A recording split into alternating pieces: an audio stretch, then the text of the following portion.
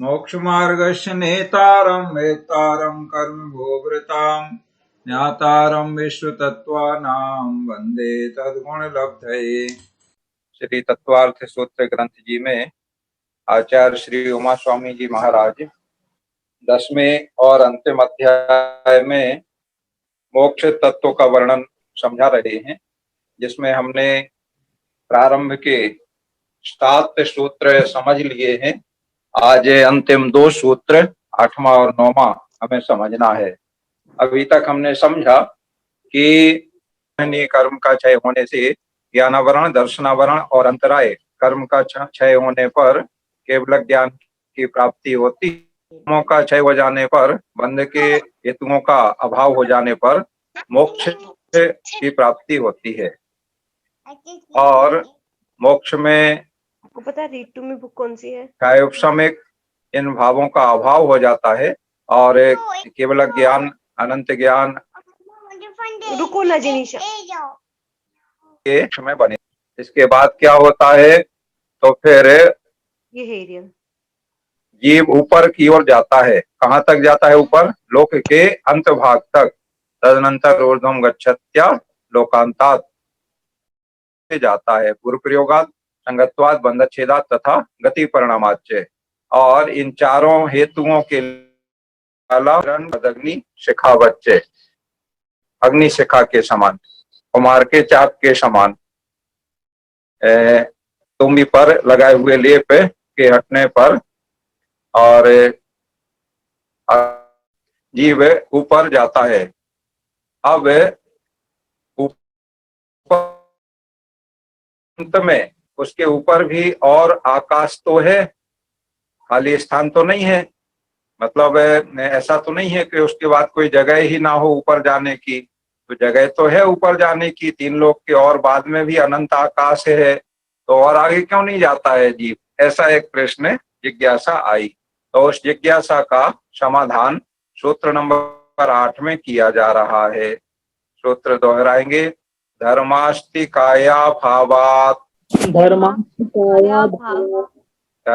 काया भावात माने धर्म अस्ति काय, धर्म द्रव्य जो है अस्ति काय है, तो वह धर्म द्रव्य, धर्म अस्ति काय द्रव्य जो जीव और पुद्गल के चलने में सहायक होता है, तो गति रूप उपकार करने वाला है।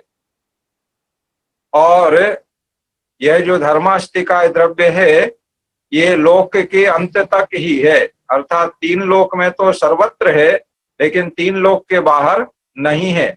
इसलिए धर्मास्तिकाय का अभाव होने के कारण, धर्मास्तिकाय अभावात, तो धर्मास्तिकाय का अभाव होने से जीव लोक के अंत तक ही वहीं ठहर जाता है, उससे आगे नहीं जाता। क्योंकि जीव और पुद्गल के गमन करने के लिए, चलने के लिए धर्मास्तिकाय द्रव्य होना अनिवार्य है। तो 3 लोक में धर्मास्तिकाय द्रव्य है, उसके सहयोग के बिना जीव और पुद्गलों का गमन नहीं हो सकता है। और चूंकि 3 लोक के ऊपर अंतिम भाग तक धर्मास्तिकाय जहां तक है वहां तक जीव जाता है, और उसके आगे धर्मास्तिकाय द्रव्य नहीं है, इसलिए उससे और आगे नहीं जाता है। अब दोनों बातें स्पष्ट हो गई कि पहले ये बता दिया कि ऊपर ही क्यों जाता है, दाएं बाएं आगे पीछे नीचे क्यों नहीं जाता है, उसके 4 कारण बता दिए। और ऊपर ही जाता है तो उतने ऊपर जाके ठहर क्यों जाता है, और ऊपर क्यों नहीं जाता, उसका कारण बता दिए। ठीक है, देखो सारी बात वैज्ञानिक तरीके से हर चीज को स्पष्ट किया है। और अब अंतिम सूत्र में बता रहे हैं कि जो जीव मुक्त हो गए, अनंत गुणों के भंडार हो गए, तो उनमें भी आपस में कोई भेद होता है क्या? तो बोले हाँ होता है। क्या भेद होता है? ये भेद व्यवहार इस सूत्र में बताए इन इतने कारणों से होता है। सूत्र दोहराएंगे। क्षेत्र काल, गति लिंग, तीर्थ चारित्र, प्रत्येक बुद्ध बोधित, प्रत्येक बुद्ध बोधित अवगाहनांतर ज्ञानावगाहनांतर संख्याल्प बहुत्वता संख्यात बहुत्वतः साध्याः।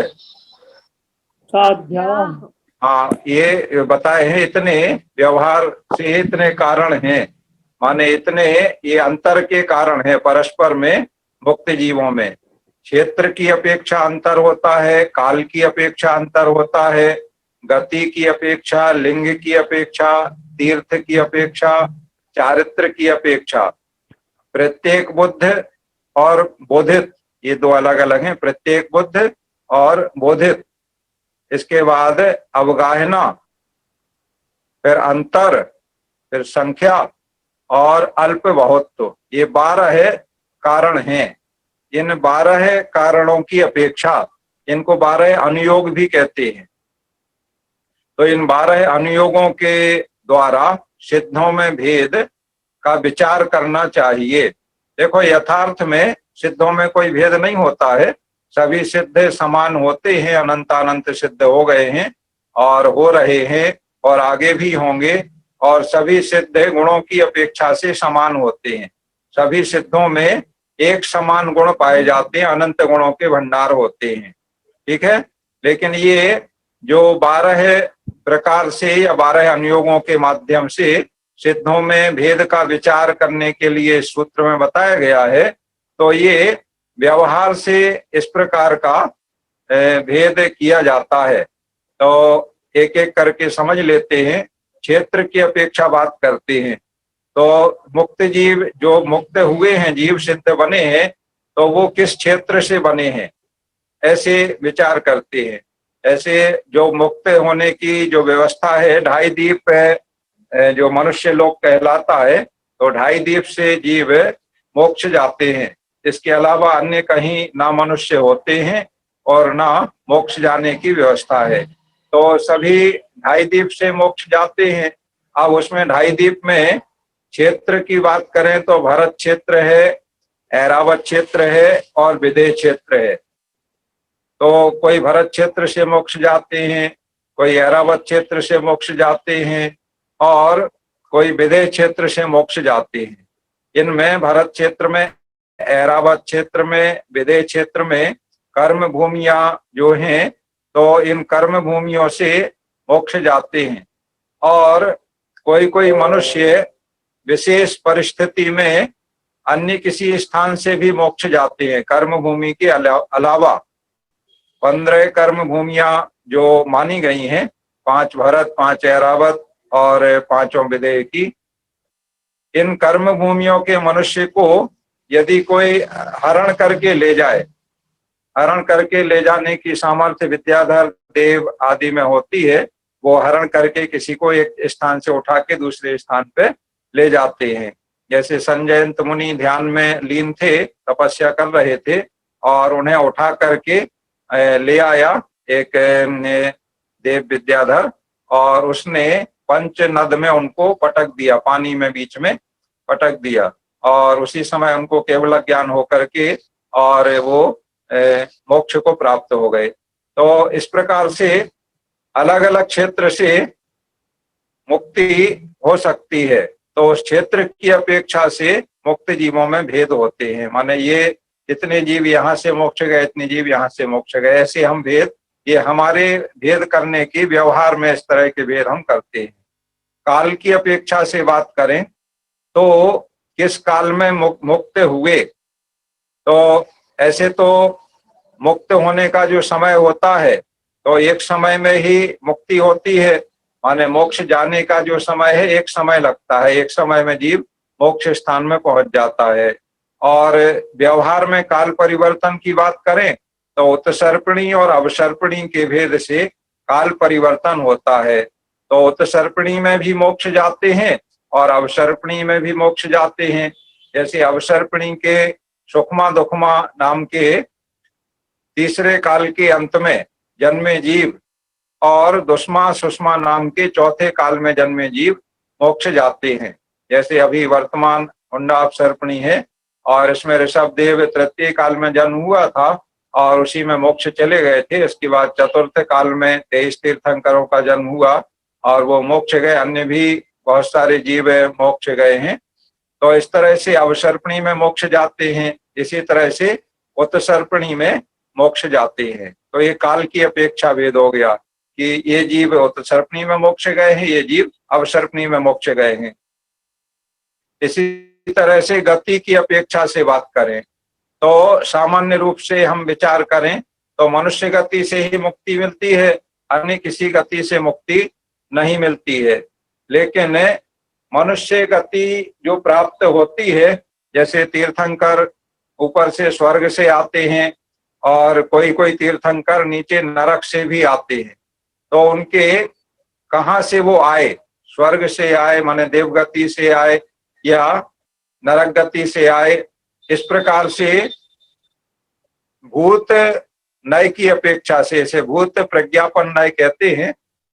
तो इस अपेक्षा से गति में भिन्नता होती है, माने भूत प्रज्ञापन नय से माने पिछले पर्याय की अपेक्षा से ऐसे कहे तो इससे देवगति से भी मुक्ति हुई और नरक गति से भी मुक्ति हुई। इस प्रकार से अंतर आता है। गति की अपेक्षा विचार करने में इस प्रकार किया जाता है।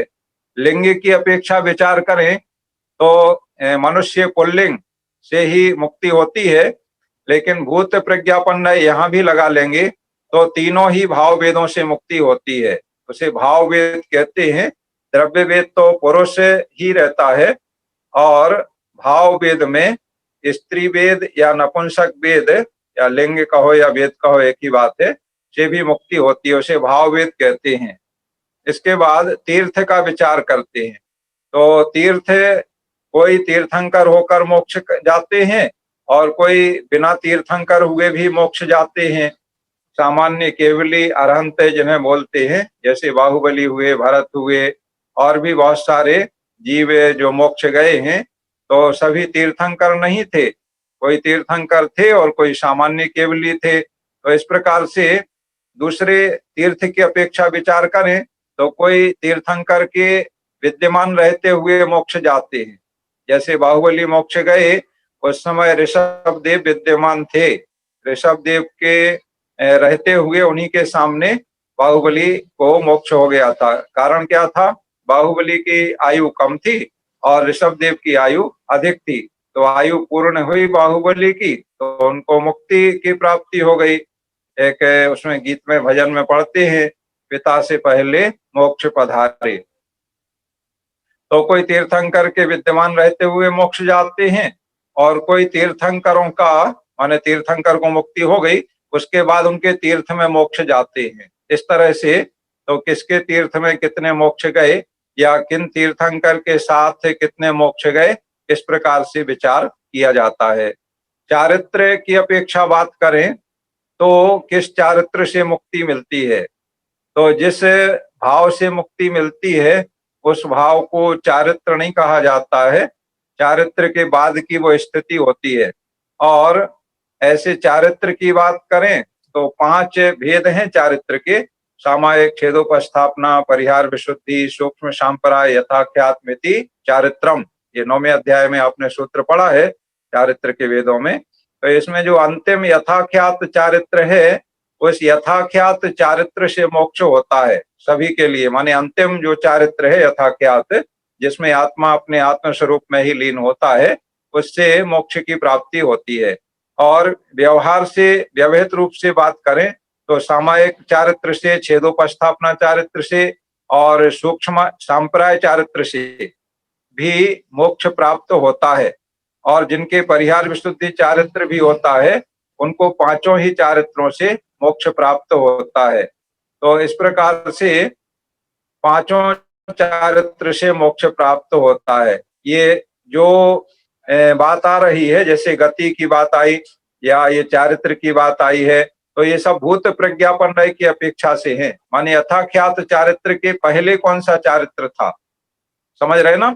इस तरह से वो भूत प्रज्ञापन नय कहलाता है, ये जो उसके पूर्व की अपेक्षा बात करता है। तो उस अपेक्षा से 5 ही चारित्र से मोक्ष प्राप्त होता है। अब प्रत्येक बुद्ध और बोधित बुद्ध।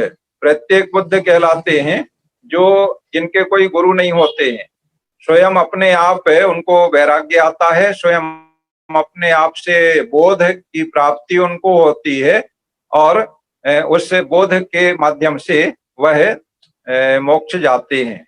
ये प्रत्येक बुद्ध कहलाते हैं।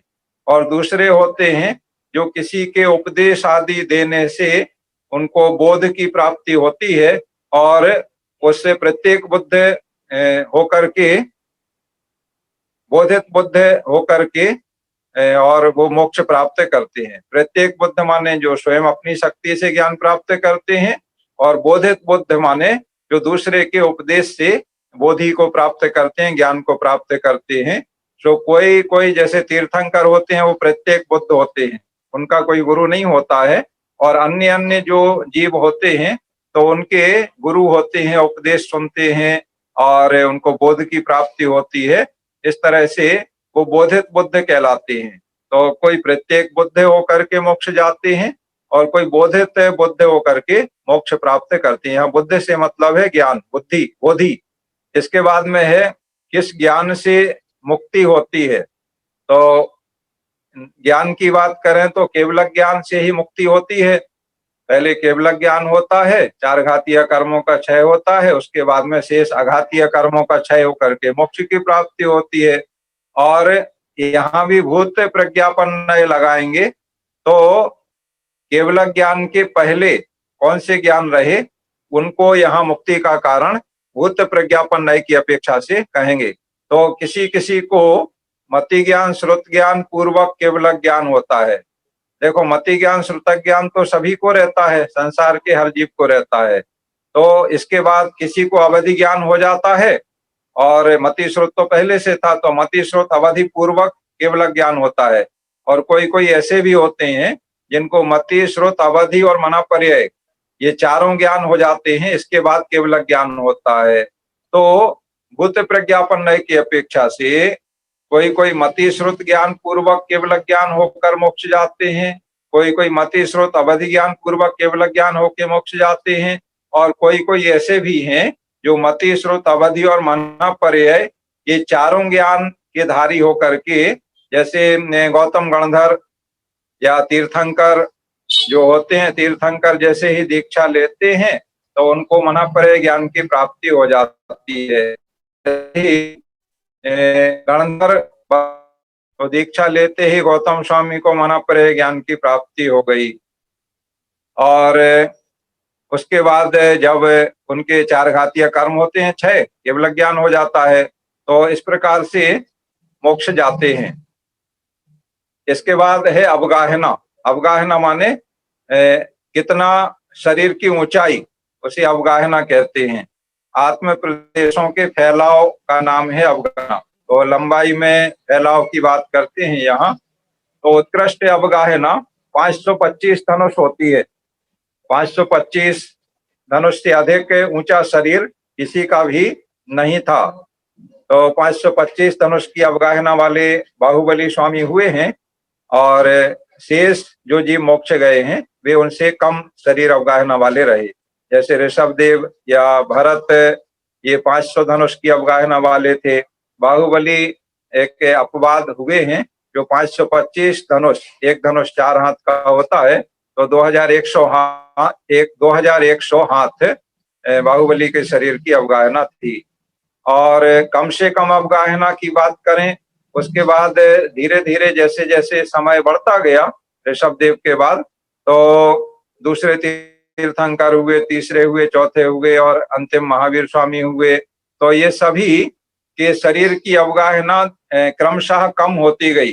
पहले 500 धनुष, फिर 450 धनुष, फिर 400 धनुष, 350 धनुष, ऐसे करके हर तीर्थंकर के काल में घटती गई। अवसर्पणी काल में ये इस तरह से घटता जाता है शरीर की अवगाहना समय के साथ साथ। और अब इसके बाद उत्सर्पणी काल आएगा तो इसमें शरीर की अवगाहना बढ़ती जाती है। प्रारंभ में कम रहती है, बाद में बढ़ती जाती है। तो सबसे कम शरीर की अवगाहना जिससे मुक्ति की प्राप्ति होती है तो वो 3.5 हाथ होती है।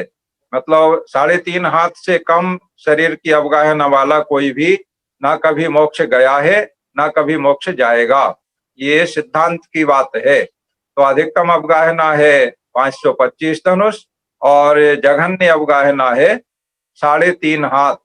वो 3.5 हाथ से भी कुछ कम होती है, वो कुछ कम इसलिए होती है, अभी आप द्रव्य संग्रह में पढ़ेंगे तो मोक्ष जाने वाले जो जीव हैं तो उनके शरीर की जितनी अवगाहना रहती है उससे कुछ कम अवगाहना मुक्त जीवों की आत्म प्रदेशों की होती है। तो वो कुछ कम क्यों होती है उसका विशेष कारण है, तो उसको हम आपको आगे जब आप पढ़ेंगे द्रव्य संग्रह में उसका वर्णन आएगा तो समझ लेना। तो मोटे रूप में यही कह सकते हैं कि 525 धनों से उत्कृष्ट अवगाहना और कुछ कम 3.5 हाथ जघन्य अवगाहना होती है। और मध्यम अवगाहना की बात करें तो 3.5 से 525 के बीच में जो अवगाहना है वो सभी मध्यम अवगाहना में आ जाएंगी। इस प्रकार से अवगाहना के बाद बात करें अंतर, तो अंतर जो मुक्ति प्राप्त करने वाले जीव हैं वे लगातार भी मुक्ति प्राप्त करते हैं और बीच बीच में अंतर देकर भी मुक्ति प्राप्त करते हैं। तो अगर जीव लगातार मोक्ष जाएं तो कम से कम 2 समय तक और अधिक से अधिक 8 समय तक मुक्त होते रहते हैं, इसके बाद अंतर पड़ जाता है। तो कम से कम 2 समय, अधिक से अधिक 8 समय तक लगातार निरंतर मोक्ष जाते रहते हैं, इसके बाद अंतर पड़ता है। और यदि कोई भी जीव मुक्त ना हो तो कम से कम 1 समय और अधिक से अधिक 6 माह का अंतर पड़ता है। मतलब 6 महीने तक एक भी जीव मोक्ष नहीं जाए ऐसा भी संभव है उत्कृष्ट, और 6 महीने बीतने पर नियम से कोई ना कोई जीव मोक्ष जाएगा, और कम से कम जघन्य अंतर होगा तो 1 समय का होगा। अब संख्या पर विचार करते हैं कि एक समय में कितने जीव मोक्ष जाते हैं। तो एक समय में कम से कम 1 जीव मोक्ष जाता है, और अधिक से अधिक जाएंगे तो कितने जाएंगे, तो 108 जीव मुक्त होते हैं। एक समय में कम से कम 1 जीव और अधिक से अधिक 108 जीव। इसके बाद दूसरे समय में, तीसरे समय में, इस तरह से आगे आगे और जीव जाएंगे। अब क्षेत्र की बात करें तो जुदे जुदे मुक्त जीवों की संख्या को लेकर के परस्पर में तुलना करना अल्प बहुत तो है। सो सब जीव सिद्ध क्षेत्र से ही मुक्ति प्राप्त करते हैं, अतः अल्प बहुत तो नहीं है। और भूत प्रज्ञापन यहाँ पर भी लगाएंगे। तो इसकी अपेक्षा से बात करें तो जैसे कोई जीव किसी के द्वारा हरण कर लिया जाए और मुक्त हुए, तो ऐसे जीव थोड़े हैं, बहुत कम है। उनसे संख्यात गुणे जन्म सिद्ध हैं, तथा ऊर्ध्वलोक से मुक्त हुए जीव थोड़े हैं। उनसे असंख्यात गुणे जीव अधोलोक से मुक्त हुए हैं।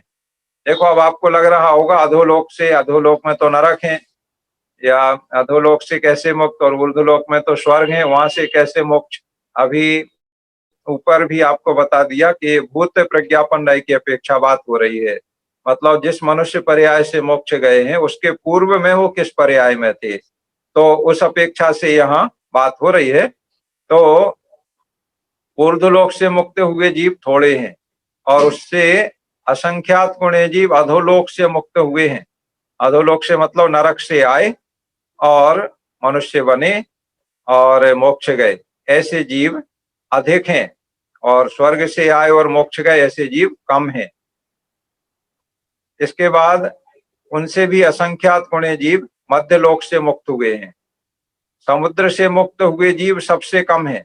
देखो, समुद्र से भी मुक्त होते हैं, और उनसे संख्यात गुणे जीव द्वीप से मुक्त हुए हैं।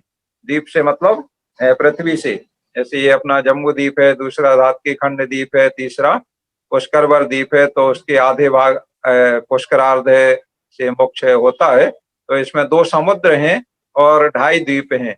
तो समुद्र से मुक्त होने वाले जीव कम हैं, और द्वीप से मुक्त होने वाले जीव संख्यात गुणे हैं, माने अधिक हैं। इस तरह से ये सामान्य कथन किया है। और विशेष बात करें तो लवण समुद्र से मुक्त हुए जीव सबसे थोड़े हैं। उससे संख्यात गुणे जीव कालोदधि समुद्र से मुक्त हुए हैं, और उनसे भी संख्यात गुणे जीव जम्बूद्वीप से मुक्त हुए हैं। उनसे भी संख्यात गुणे, देखो अधिक अधिक होते जा रहे हैं, संख्यात गुणे धात्की खंड से मुक्त हुए हैं, और उनसे भी संख्यात गुणे पुष्करार्ध से मुक्त हुए हैं। ऐसे क्रम बना लें तो सबसे कम लवण समुद्र से, उससे ज्यादा कालोदधि समुद्र से, उससे ज्यादा समुद्र दोनों हो गए, उससे ज्यादा जम्बूद्वीप से, उससे ज्यादा धात्की खंड द्वीप से, और सबसे ज्यादा पुष्करार्ध द्वीप से। इस तरह हो गया 2.5 द्वीप और 2 समुद्र। ये क्षेत्र की अपेक्षा से अल्प बहुत तो है।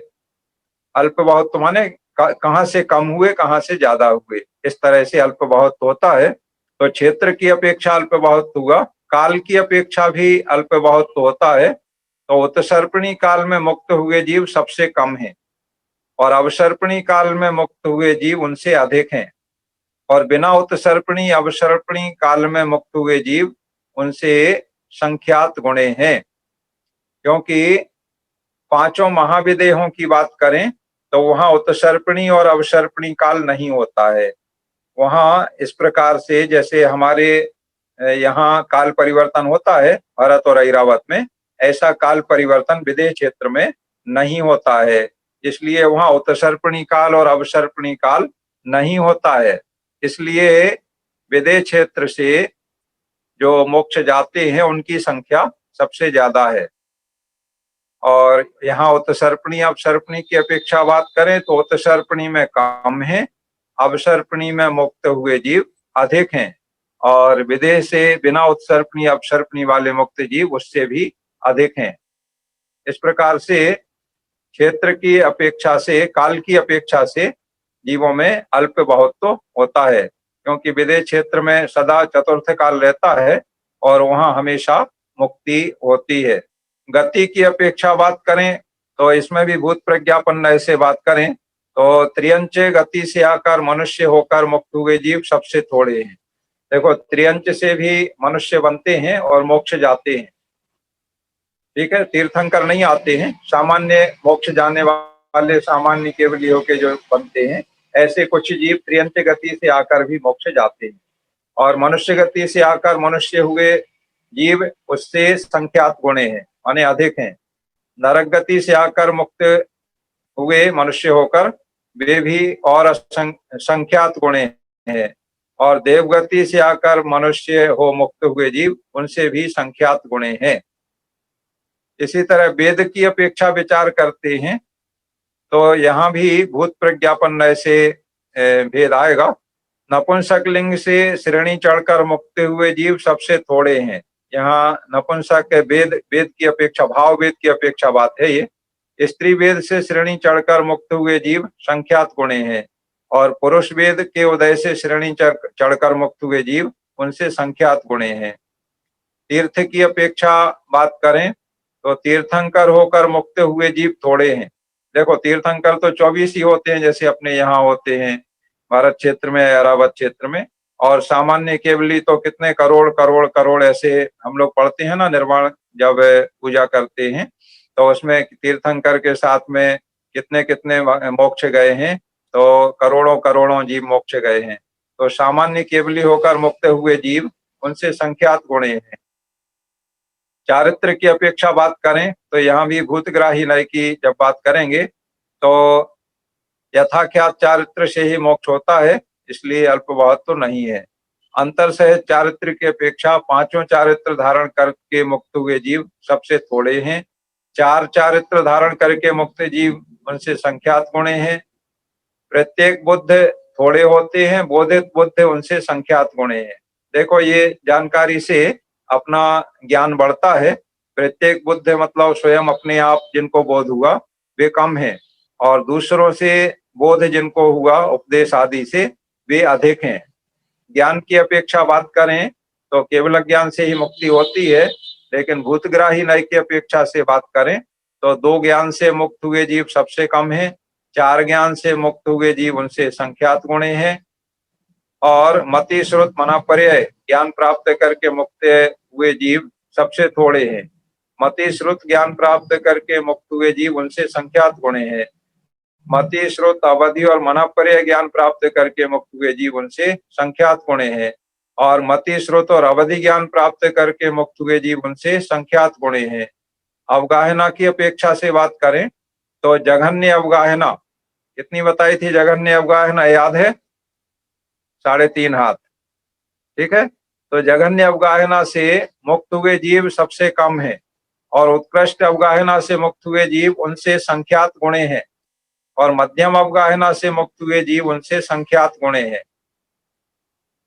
जघन्य अवगाहना वाले सबसे कम, उत्कृष्ट अवगाहना वाले अधिक हैं और मध्यम अवगाहना वाले उनसे भी और अधिक हैं।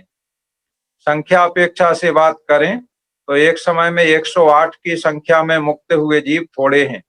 एक समय में 108 जीव मोक्ष गए हों ऐसा बहुत कम हुआ है। ठीक है, एक समय में 107 से लेकर 50 तक की संख्या में मुक्त हुए जीव उनसे अनंत गुणे हैं और एक समय में 49 से लेकर 25 तक की संख्या में मुक्त हुए जीव असंख्यात गुणे हैं और एक समय में 24 से लेकर 1 तक की संख्या में मुक्त हुए जीव संख्यात गुणे हैं। मतलब एक समय में कम जीव मोक्ष गए हों ये उनकी संख्या अधिक है, ऐसा अनेक बार हुआ है, और एक समय में अधिक जीव मोक्ष गए हों ऐसा कम बार हुआ है। इस प्रकार मुक्त हुए जीवों में वर्तमान की अपेक्षा देखें तो कोई भेद नहीं है और भूत पर्याय की अपेक्षा से ये सारे 12 प्रकार के 12 अनुयोगों की अपेक्षा से भेद किए गए हैं। और इस प्रकार तत्वार सूत्र ग्रंथ का ये 10वां अध्याय यहाँ पूर्ण होता है। जीव तत्व से प्रारंभ करके मोक्ष तत्वों का वर्णन करते हुए 7 तत्वों का वर्णन यहाँ पूर्ण हो गया। जीव संसार में किस प्रकार से भ्रमण करता है और फिर अपने अंतिम लक्ष्य मोक्ष की प्राप्ति करता है, ये बात इस तत्वार सूत्र ग्रंथ के माध्यम से बताई गई है।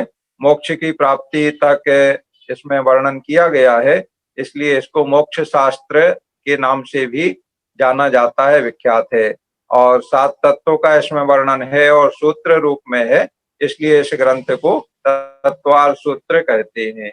और अंत में इसमें जो अंतिम उपसंहार के रूप में अपनी लघुता प्रकट करते हैं और कोई त्रुटि हुई हो, भूल चूक हुई हो तो उसके लिए क्षमा प्रार्थना करते हैं।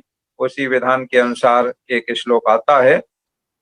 अक्षर मात्र पद स्वर हीनम व्यंजन संधि विवर्जित रेफम साधु भीरत्र मम क्षमितव्यम ओ न विमोहयति शास्त्र समुद्रे। इसमें कहा गया है कि इस शास्त्र रूपी समुद्र में कौन मोह को प्राप्त नहीं होता। तो मेरे से अक्षर, मात्रा, पद, स्वर, व्यंजन, संधि, रेफ माने लेखन में इस प्रकार की कोई त्रुटि हो गई हो तो जो साधु सज्जन पुरुष हैं वे मुझे क्षमा प्रदान करें, क्योंकि इस श्रुत ज्ञान रूपी शास्त्र में, द्वादशांग रूपी शास्त्र में ऐसा कौन है जो मोह को प्राप्त नहीं होता।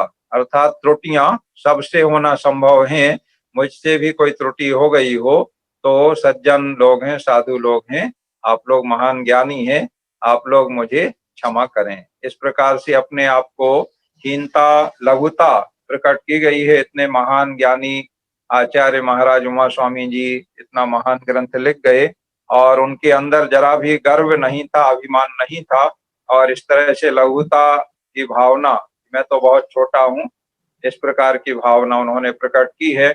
इससे हमें ये सीख लेना होती है कि हमारे अंदर बहुत थोड़ा सा अल्प ज्ञान है तो उस ज्ञान का हम मद ना करें, अभिमान ना करें और निरंतर ज्ञान की भावना भाते रहें, अपने ज्ञान को और परिमार्जन करते रहें, ज्ञान की पिपासा निरंतर बनी रहे और ज्ञानियों का सम्मान करें, विनय करें, बहुमान करें और अपने आप को हमेशा उनके आगे छोटा ही समझें, ज्ञान का अभिमान कभी ना करें। ऐसा भाव हमें बनाना चाहिए। अब आपके प्रश्न जिज्ञासा आदि हैं उनको समाधान कर लें और कल का पाठ सुना दें।